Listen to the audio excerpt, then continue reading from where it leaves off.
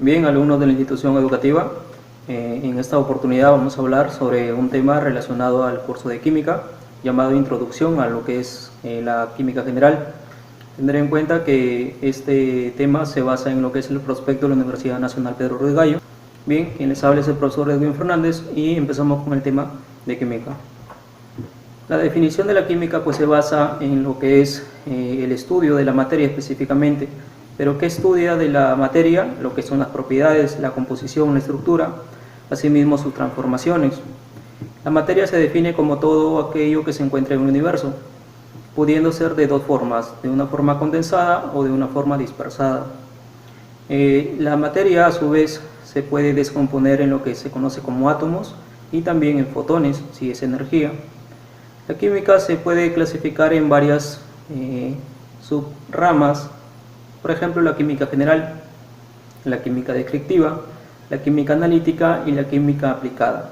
Esta última, pues, valga la redundancia, es la aplicación de la teoría a la práctica y por ende encontramos algunas ciencias como lo que es la bioquímica, la petroquímica, la físico-química, la geoquímica, etc. Bien, entonces vamos a hablar detalladamente de cada una de ellas. Lo que es la química general se fundamenta en leyes, principios y teorías. Por ejemplo, en la imagen se puede apreciar lo que es la la ley de la conservación de la masa de Lavoisier, en la cual menciona de que la materia no se crea ni se destruye, solamente se transforma. ¿Qué otra ley podemos mencionar? Por ejemplo, las leyes de Dalton, las leyes recíprocas, lo que es principios también, por ejemplo, el principio de incertidumbre de Heisenberg, en la cual menciona de que el electrón no se puede determinar con exactitud, no se puede determinar su posición en un momento dado. Entonces todo lo que son leyes, principios, teorías, pues esta rama en la química general se basa en lo que es su estudio. Por otro lado, la química descriptiva se subdivide en lo que es química inorgánica y la química orgánica. La química inorgánica estudia aquellos compuestos que no presentan carbono, es decir, es una química inanimada.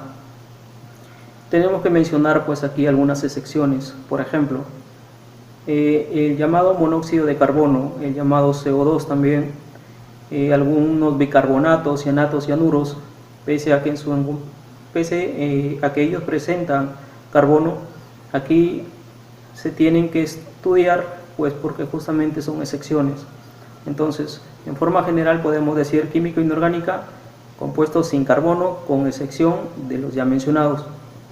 La química orgánica, por otro lado, estudia lo que son sustancias que presentan carbono. Por ejemplo, ¿quiénes? Los componentes de la materia viva. ¿Cuáles son los componentes de la materia viva? Por ejemplo, un glúcido, un carbohidrato, un lípido, unas proteínas, etc.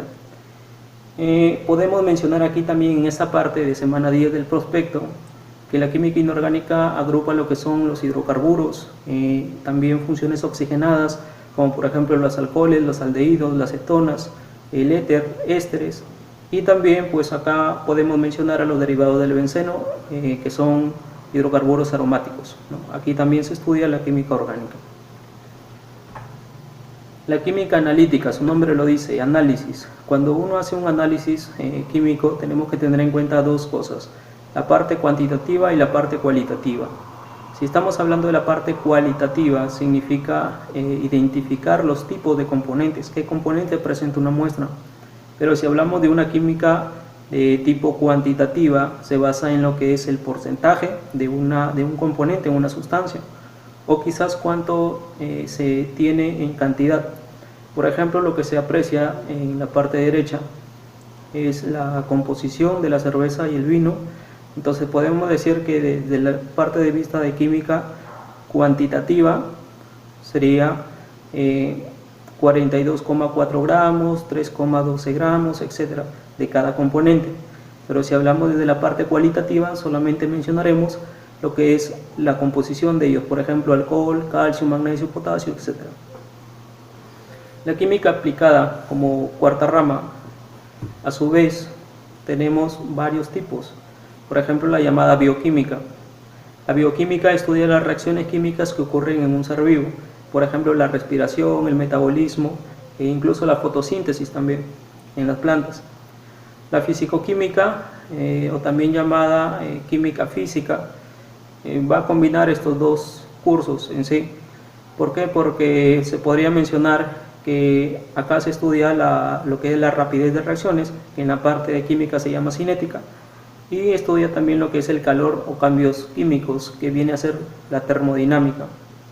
La química nuclear va a estudiar específicamente reacciones que se producen dentro del núcleo de los átomos, y acá tenemos a dos, al llamado fusión y fisión nuclear, que son cosas muy distintas. ¿Cuál es la importancia de la química? En la medicina, por ejemplo, se puede utilizar la química como por ejemplo para el tratamiento de enfermedades, utilizando radioisótopos, radiofármacos. Incluso puede usarse compuestos como el uranio, como el cobalto, ¿no?, que son utilizados para quimioterapias. También se puede usar en esta parte para lo que es síntesis de fármacos como antibióticos, vacunas, analgésicos, antidepresivos, etc. En la parte de agricultura, la química puede ser usada para la fabricación de fertilizantes, de abonos, de fungicidas, herbicidas. Fungicidas viene a ser el término para eliminar hongos. Por ejemplo, larvicidas, eliminar larvas, acaricidas, ácaros, etc. También para lo que es análisis de composición de suelos, etc. En la metalurgia, la química se puede usar específicamente para la refinación de metales y también para la obtención de aleaciones, ¿no?, que son justamente mezclas homogéneas. En la alimentación, ¿cómo la química puede ser usada? Por ejemplo, en lo que es en unos conservantes, unos saborizantes, para la fabricación de enlatados, embutidos, conservas, preservantes y otras cositas más. En la parte de industria se puede usar para aquellos productos útiles para el hombre, por ejemplo, lo que es desarrollo de cemento, vidrios, caucho sintético, cosméticos, detergentes, pinturas, lacas, etc. Entonces, tenemos que tener en cuenta la gran importancia de la química en varias ciencias a su vez. Lo que es materia específicamente. Entonces, materia se define como todo aquello que se encuentra en el universo y está ocupando un espacio específicamente. La materia se puede encontrar de dos formas, materia condensada y materia disipada. La materia condensada es una materia que está compuesta o formada por átomos. Esta materia también le llaman materia común o materia sustancial. Esta materia tiene justamente una masa en reposo y presenta una velocidad menor a la de la luz. Por otro lado, la materia disipada, o específicamente energía, se podría mencionar que es aquella que presenta una velocidad mayor al de la luz. Entonces ella está compuesta por fotones. Ejemplo, aquí tenemos la ecuación de Einstein, en la cual mencionaba que la energía era igual a la masa por la velocidad de la luz al cuadrado. ¿Qué estados de la materia se presentan? Para empezar, en la actualidad existen 6 estados de la materia. Muy aparte de lo que se conoce sólido, líquido y gaseoso, también está el estado plasmático, el estado condensado de Bose-Einstein y el estado fermiónico. Se podría mencionar como dato que los estados de agregación son 3 nada más, sólido, líquido y gaseoso. Pero si se preguntara cuáles son los estados condensados de la materia, son solamente 2, el estado sólido y el estado líquido. Cuando se pregunta sobre los estados fluidos de la materia, también hay 2, pero ahí estamos mencionando a lo que es líquidos y gases. ¿Cuál es el estado de altas temperaturas por ionización? Ionización de gases específicamente es el estado plasmático. Pero si se pregunta sobre los estados a bajas temperaturas, tenemos al condensado de Bose-Einstein. Entonces, en resumen, son 6 estados actualmente que se mantienen, pero cuando mencionan estados de agregación, solamente son sólido, líquido y gaseoso. Entonces, lo más importante, vamos a ver características de cada uno de ellos y empezamos con el estado sólido. El estado sólido, para empezar, tiene una densidad alta. Según la imagen, todas sus moléculas están muy unidas, están muy juntas, por lo tanto ellos tienen poco movimiento entre ellas. Se podría decir de que existen 2 fuerzas en los estados, fuerza de cohesión y fuerza de repulsión. Como las moléculas están muy unidas en el caso de los sólidos, se dice que la fuerza de cohesión es mayor a la fuerza de repulsión. Un sólido presenta una forma definida y un volumen también definido.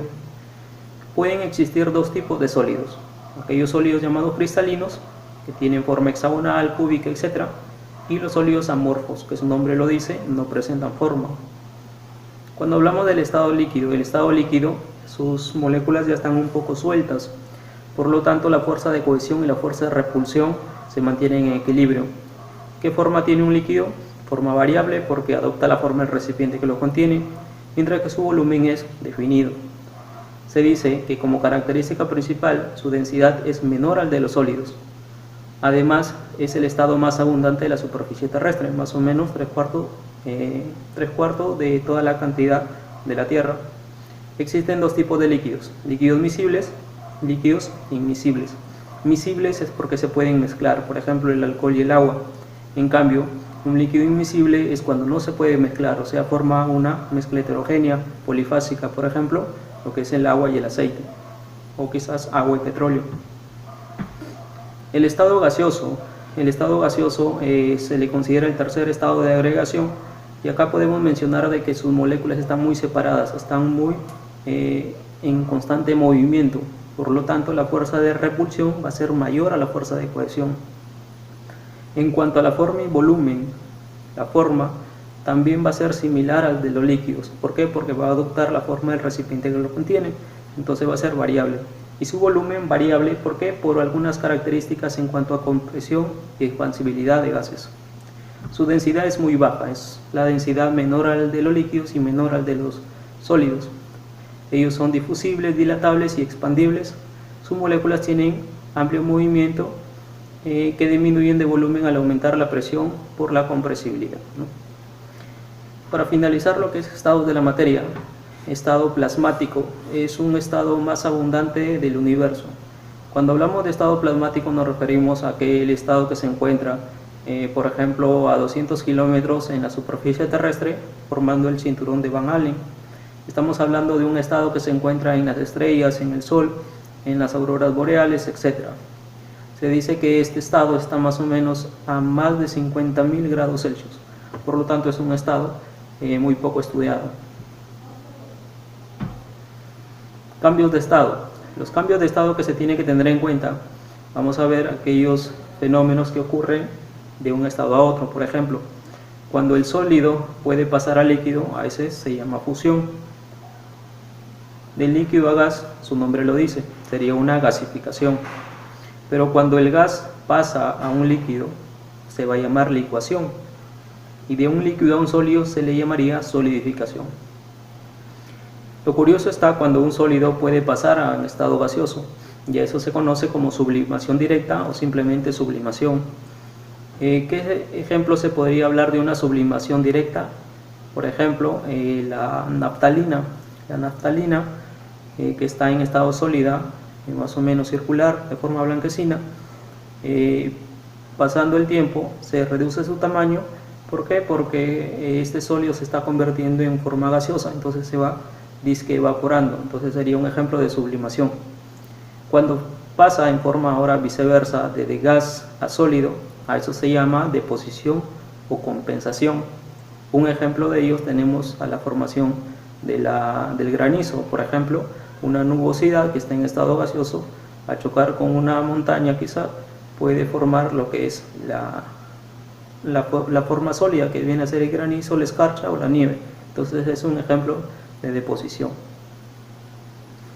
Cuando va a pasar de estado sólido, líquido y gas en ese sentido, se tiene que aumentar la temperatura y a la vez bajar la presión.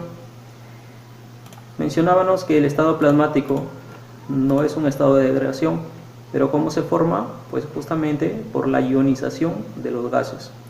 Tener en cuenta que la palabra ionización es un cambio de gas a plasma, pero no se considera un cambio físico. Bien, fenómenos de la materia. Existen tres tipos de fenómenos de la materia: fenómeno físico, fenómeno químico y fenómeno alotrópico. El fenómeno físico es justamente cuando no hay alteración de la composición ni de las propiedades de la sustancia, es decir, es un fenómeno reversible que puede regresar a su forma original, no se crea nada nuevo, en este caso sigue siendo lo mismo. ¿Qué ejemplos se podrían mencionar? Por ejemplo, la dilatación de metales. en este caso su estructura molecular no ha cambiado. ¿Qué más? Lo que es los cambios de estados, lo que vimos como sublimación, fusión, deposición, etc., también vienen a ser fenómenos físicos, a excepción de la ionización que ya se mencionó. ¿Qué otros fenómenos físicos se podría mencionar? Por ejemplo, la trituración, la molienda, la disolución de sal en agua, solubilidad de azúcar en agua, fundición de hierro, separación, por ejemplo, como la destilación, la decantación, la filtración. Ellos son específicamente tipos de fenómenos reversibles. Muy aparte de eso, los fenómenos químicos son aquellos que se alteran la composición y las propiedades de las sustancias, por lo tanto no son reversibles, es decir, ya no pueden regresar a su estado original. ¿Cuáles son los ejemplos representativos? La oxidación y la corrosión de un clavo. En este caso se forma el óxido férrico y ya no puede regresar como estaba en su forma original. La combustión de la gasolina, quemar un papel, también se considera ejemplo de fenómeno químico. La putrefacción de la carne, la fermentación de carbohidratos, por ejemplo, la formación del vinagre, producto del alcohol del vino. La electrólisis, la fotólisis, reacciones como la digestión de alimentos, respiración, fotosíntesis de las plantas, formación de la lluvia ácida y también el agregado de la leche. La última parte de fenómenos de la materia, el fenómeno alotrópico, viene a ser aquel fenómeno en el cual un elemento químico se puede presentar en dos formas alternas en la naturaleza. Es decir, por ejemplo, si yo tengo un elemento químico, puede presentarse de varias formas naturales. El ejemplo muy representativo es el carbono. El carbono puede estar en forma pura, como diamante, como grafito, sigue siendo carbono, pero está en formas alternas. Otro ejemplo es el oxígeno, que puede estar en forma de O2, o también llamado oxígeno atmosférico, y en forma de O3, o el llamado ozono. ¿Quiénes más tienen alotropía? Pues el fósforo, el azufre, el selenio, el bismuto, el estaño, etc. Las propiedades de la materia, si bien es cierto, existen dos tipos de propiedades, las llamadas físicas y químicas. Las más estudiadas por el prospecto son las propiedades físicas de la materia. Estas propiedades físicas a su vez se subdividen según el estado físico y según la influencia de la masa. Cuando hablamos del estado físico, solamente existen dos tipos de propiedades, las llamadas generales y las llamadas particulares. ¿Por qué generales? Porque están en todos los estados de la materia. Por ejemplo, masa presenta sólido, líquido y gas. Pero cuando hablamos de particulares, solamente presentan algunos de estados. Por ejemplo, la dureza está solamente en los sólidos. La influencia de masa como clasificación de propiedades de la materia se subdivide en dos también, en las llamadas extensivas e intensivas. Extensivas porque dependen de la cantidad de la masa, y las intensivas porque no dependen de la cantidad de la masa. Y vamos a ver unos ejemplos de ello. Pero primero tenemos que hablar sobre cuáles son las propiedades generales que están en todos los estados. Allí podemos mencionar a la extensión, o también llamado volumen. ¿Qué es la extensión o volumen? Es justamente la propiedad que presenta un cuerpo de ocupar un lugar o un espacio. La masa, la inercia, que es la tendencia de un cuerpo en permanecer en reposo. La temperatura, la densidad, la impenetrabilidad, la porosidad, la indestructibilidad, por ejemplo lo que mencionaba la ley de Lavoisier, y la divisibilidad, que se aprecia en este gráfico, que todo empieza en lo que es la materia. La materia se descompone en un cuerpo. Cuerpo es justamente porción de materia. Cuerpo se subdivide a su vez en partícula, partícula molécula, molécula átomo. De los átomos saltan a las partículas subatómicas, por ejemplo lo que es protones, los neutrones. Y por último tenemos a lo más ínfimo llamado los quarks. Si hablamos de las propiedades particulares solamente en algunos estados, tenemos que mencionar que los sólidos presentan la propiedad de dureza. La dureza es una resistencia a ser rayados. La tenacidad viene a ser una resistencia de los sólidos a evitar ser rotos. Tener en cuenta de que son cosas muy distintas. Yo no podría mencionar de que un sólido, si es duro, también tiene que ser tenaz. Eso no puede darse. La maleabilidad viene a ser la formación de los sólidos, la transformación de los sólidos en láminas. Por ejemplo, el oro, el cobre son muy maleables. La ductibilidad es la formación de los sólidos en hilos. Elasticidad, cuando los sólidos pueden deformarse y luego recuperar su forma original. También se encuentra por último la propiedad de punto de fusión, o también llamado congelación. Por otro lado, los líquidos solamente presentan las propiedades de viscosidad, que es una resistencia a fluir, el punto de ebullición y lo que es la tensión superficial. Esta última, la tensión superficial, viene a ser un conjunto de moléculas que se encuentran sobre la superficie de un líquido, en la cual pues permiten a algunos insectos poder caminar sobre ellos. ¿Por qué? Porque estas moléculas están muy unidas, entonces se dice que es una tensión superficial. Esta tensión superficial puede romperse, por ejemplo, con sustancias de álcalis, sustancias de bases, con lo que es jabones, detergentes, etc. Los gases, por otro lado, solamente presentan dos propiedades. ¿Cuáles son? La expansibilidad, que viene a ser el aumento de volumen, y la compresibilidad, que es la reducción de su volumen del gas. Propiedades de la materia. De acuerdo a la influencia de la masa, solamente se mantienen dos en clasificación: extensivas e intensivas. Recordar que las extensivas dependen de la masa y las intensivas no dependen de la masa. En cuanto a las primeras, a las extensivas, se podría decir que son la mayoría de generales en forma de resumen. Por ejemplo, el volumen, el área, la inercia, el peso, todo lo que hemos mencionado. Pero si hablamos de las intensivas, se podría decir que son la mayoría de particulares, adicionando a lo que es la densidad y la temperatura. Entonces, en forma rápida, podemos decir que las extensivas son las generales y las intensivas las particulares. Pero si hablamos de densidad y temperatura, son las únicas generales que se consideran intensivas. Bien, para terminar la clasificación de la materia se encuentra de forma condensada, como lo vimos, y de forma disipada. Si hablamos solamente de lo primero, lo que maneja el prospecto, porque ya la materia disipada ya no se menciona, la materia condensada puede ser de dos formas: forma pura y de forma impura. Cuando habla de forma pura se llaman sustancias, pero si es una materia condensada de forma impura se le va a llamar mezclas. Cuando hablamos de sustancias, existen dos tipos de sustancias: sustancia simple y sustancia compuesta. Pero si hablamos de mezclas, existen dos tipos de mezclas: las llamadas homogéneas y las heterogéneas. Entonces vamos a ver por último lo que es la definición de cada uno de ellos. Las sustancias simples son elementos químicos, de forma rápida. Está formada por una sola clase de átomos. Por ejemplo, en el recuadro se ve lo que es la plata. La plata presenta solamente un átomo. Recordar que el número de átomos se puede ver en la parte inferior del símbolo químico. El nitrógeno N2, ahí se encuentra dos átomos, por lo tanto se llama diatómico. El ozono O3 se encuentran tres átomos, por lo tanto es triatómico, y así sucesivamente. Entonces una sustancia simple es solamente un elemento químico que puede tener varios átomos, no importa, pero sigue siendo una sustancia simple. Por otro lado, una sustancia compuesta es la agrupación de sustancias simples. Si se pregunta sobre cuál de los dos, entre sustancia simple y sustancia compuesta, se puede aún seguir descomponiendo, la sustancia compuesta se descompone mediante procesos químicos en sustancias simples.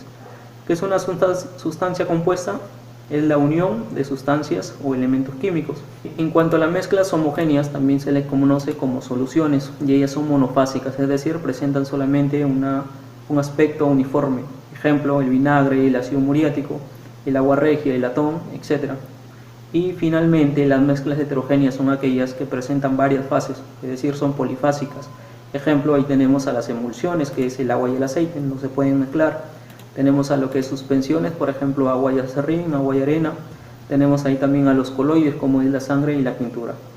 Entonces, en resumen, hemos visto lo que es una introducción a la parte de química, justamente con el tema de definición, ramas e importancia, propiedades de la materia y clasificación de la materia.